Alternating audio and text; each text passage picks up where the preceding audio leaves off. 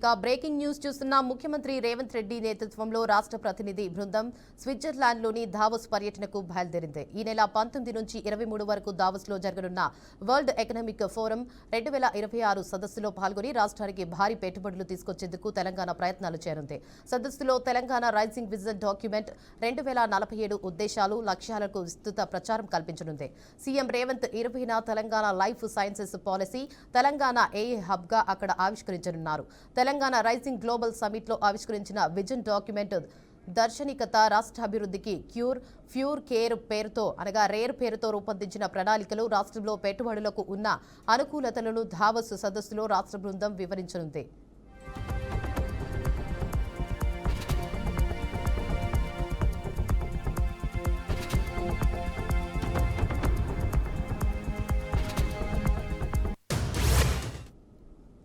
రైటిక breaking news చూస్తున్న ముఖ్యమంత్రి రేవంత్ రెడ్డి నేతృత్వంలో రాష్ట్ర ప్రతినిధి బృందం స్విట్జర్లాండ్లోని దావోస్ పర్యటనకు బయలుదేరింది.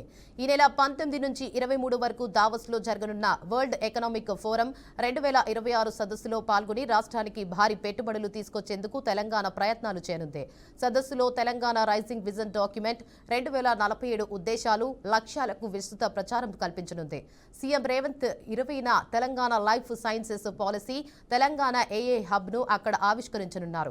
తెలంగాణ రైజింగ్ గ్లోబల్ సమిట్లో ఆవిష్కరించిన విజన్ డాక్యుమెంట్ దార్శనికత, రాష్ట్రాభివృద్ధికి ఫ్యూర్ రేర్ పేరుతో రూపొందించిన ప్రణాళికలు, రాష్ట్రంలో పెట్టుబడులకు ఉన్న అనుకూలతలను దావోస్ సదస్సులో రాష్ట్ర బృందం వివరించనుంది. దావోస్ పర్యటనకు ఏపీ సీఎం చంద్రబాబు బయలుదేరి వెళ్లారు.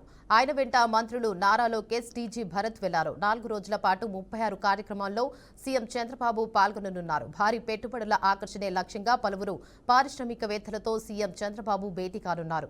నేడు జ్యూరిచ్లో తెలంగాణ డయోస్పోరా భేటీలో చంద్రబాబు, లోకేష్ పాల్గొనున్నారు. అనంతరం తిరిగి ఈ నెల 23న అమరావతికి చంద్రబాబు రానున్నారు. చంద్రబాబు బయలుదేరి వెళ్లారు. ఆయన వెంట మంత్రులు నారా లోకేష్, టీజీ భరత్ వెళ్లారు. 4 రోజుల పాటు 36 కార్యక్రమాల్లో సీఎం చంద్రబాబు పాల్గొనున్నారు. భారీ పెట్టుబడుల ఆకర్షణే లక్ష్యంగా పలువురు పారిశ్రామికవేత్తలతో సీఎం చంద్రబాబు భేటీ కానున్నారు. నేడు జ్యూరిచ్లో తెలుగు డయోస్పోరా భేటీలో చంద్రబాబు, లోకేష్ పాల్గొనున్నారు. అనంతరం తిరిగి ఈ నెల 23న అమరావతికి చంద్రబాబు రానున్నారు. విజయవాడ అంతర్జాతీయ విమానాశ్రయంలో పొగమంచు ప్రభావం తీవ్రంగా కనిపించింది. ఉదయం నుంచి దట్టమైన పొగమంచు కమ్ముకోవడంతో విమానాల రాకపోకలకు ఆటంకాలు ఏర్పడ్డాయి. ముఖ్యంగా విజిబిలిటీ తగ్గిపోవడంతో పలు విమాన సర్వీసులు ఆలస్యంగా నడిచాయి. ఉదయం చేరుకోవాల్సిన ఇండిగోకు చెందిన హైదరాబాద్ సర్వీసులు సుమారు గంట ఆలస్యంగా ల్యాండ్ అయ్యాయి. అలాగే ఉదయం రావాల్సిన ఎయిర్ ఇండియా ఢిల్లీ ఫ్లైట్ కూడా గంట ఆలస్యంగా చేరింది. ఇదిలా ఉండగా ఉదయం 9:55 రావాల్సిన విశాఖపట్నం నుంచి వచ్చే ఇండిగో సర్వీసును అధికారులు రద్దు చేశారు. పొగమంచు పరిస్థితులు మరికొంతసేపు కొనసాగితే మరిన్ని విమానాలపై ప్రభావం పడే అవకాశం ఉందని అధికారులు తెలిపారు. ప్రయాణికులు తమ విమానాల తాజా సమాచారాన్ని ఎయిర్లైన్స్ కు సంప్రదించి తెలుసుకోవాలని సూచించారు.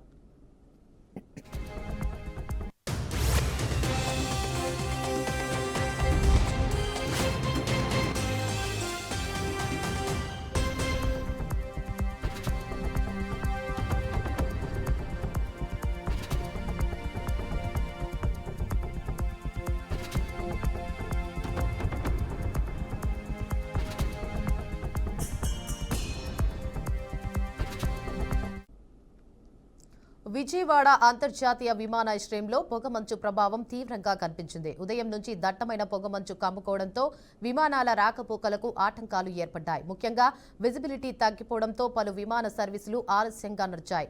ఉదయం చేరుకోవాల్సిన ఇండిగోకు చెందిన హైదరాబాద్ సర్వీసులు సుమారు గంట ఆలస్యంగా ల్యాండ్ అయ్యాయి. అలాగే ఉదయం రావాల్సిన ఎయిర్ ఇండియా ఢిల్లీ ఫ్లైట్ కూడా గంట ఆలస్యంగా చేరింది. ఇదిలా ఉండగా ఉదయం 9:55 రావాల్సిన విశాఖపట్నం నుంచి వచ్చే ఇండిగో సర్వీసును అధికారులు రద్దు చేశారు. పొగమంచు పరిస్థితులు మరికొంతసేపు కొనసాగితే మరిన్ని విమానాలపై ప్రభావం పడే అవకాశం ఉందని అధికారులు తెలిపారు. ప్రయాణికులు తమ విమానాల తాజా సమాచారాన్ని ఎయిర్లైన్స్ కు సంప్రదించి తెలుసుకోవాలని సూచించారు.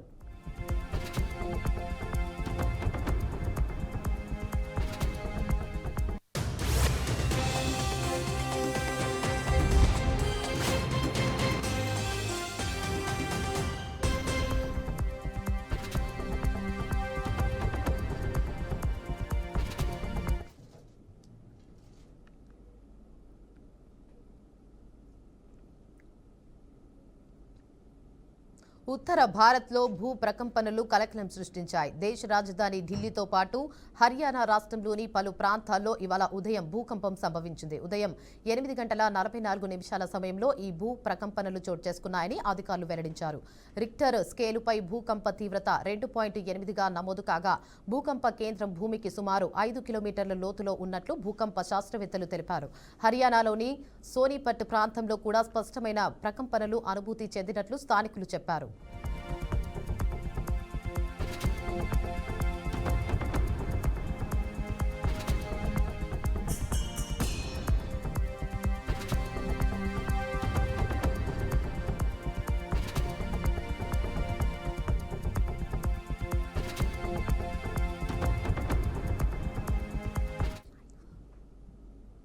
ఉత్తర భారత్లో భూ ప్రకంపనలు కలకలం సృష్టించాయి. దేశ రాజధాని ఢిల్లీతో పాటు హర్యానా రాష్ట్రంలోని పలు ప్రాంతాల్లో ఇవాళ ఉదయం భూకంపం సంభవించింది. ఉదయం 8:44 సమయంలో ఈ భూ ప్రకంపనలు చోటు చేసుకున్నాయని అధికారులు వెల్లడించారు. రిక్టర్ స్కేలుపై భూకంప తీవ్రత 2.8గా నమోదు కాగా భూకంప కేంద్రం భూమికి సుమారు 5 కిలోమీటర్ల లోతులో ఉన్నట్లు భూకంప శాస్త్రవేత్తలు తెలిపారు. హర్యానాలోని సోనిపట్ ప్రాంతంలో కూడా స్పష్టమైన ప్రకంపనలు అనుభూతి చెందినట్లు స్థానికులు చెప్పారు.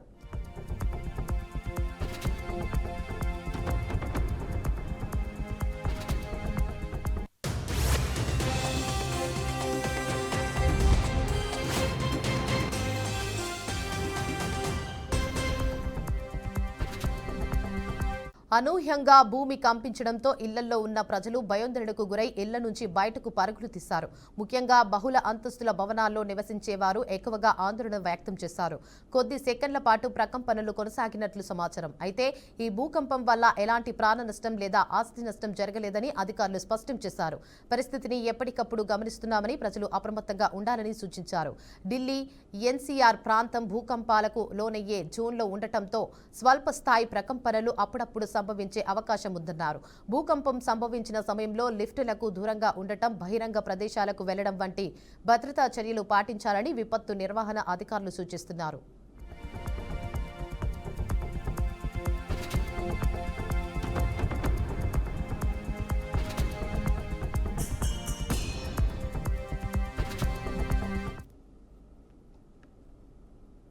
కేరళలోని కోజికోడ్లో విషాదం చోటు చేసుకుంది. బస్సులో తన పట్ల అసభ్యంగా ప్రవర్తించాడంటూ ఒక మహిళ పోస్ట్ చేసిన కారణంగా తీవ్ర మనస్తాపానికి గురైన వ్యక్తి ఆత్మహత్య చేసుకున్న ఘటన స్థానికంగా కలకలం రేపింది.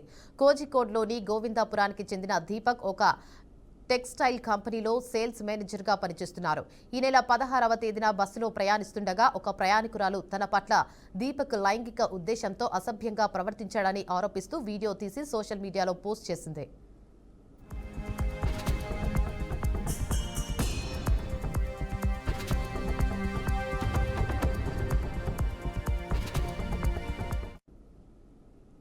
ఇక ఈ వీడియో క్షణాల్లో వైరల్ కావడంతో దీపక్ పై వచ్చిన ఆరోపణలను కుటుంబ సభ్యులు ఖండించిన బాధితుడు మాత్రం తీవ్ర మనస్తాపానికి గురైన దీపక్ ఇంట్లో ఉరివేసుకుని ఆత్మహత్య చేసుకున్నాడు.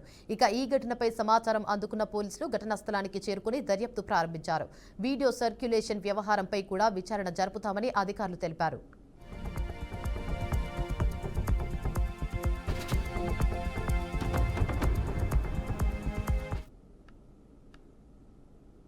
తెలంగాణలో మంత్రుల మధ్య వాటాల పంచాయతీ నడుస్తోందని మాజీ మంత్రి హరీష్ రావు ఆరోపించారు.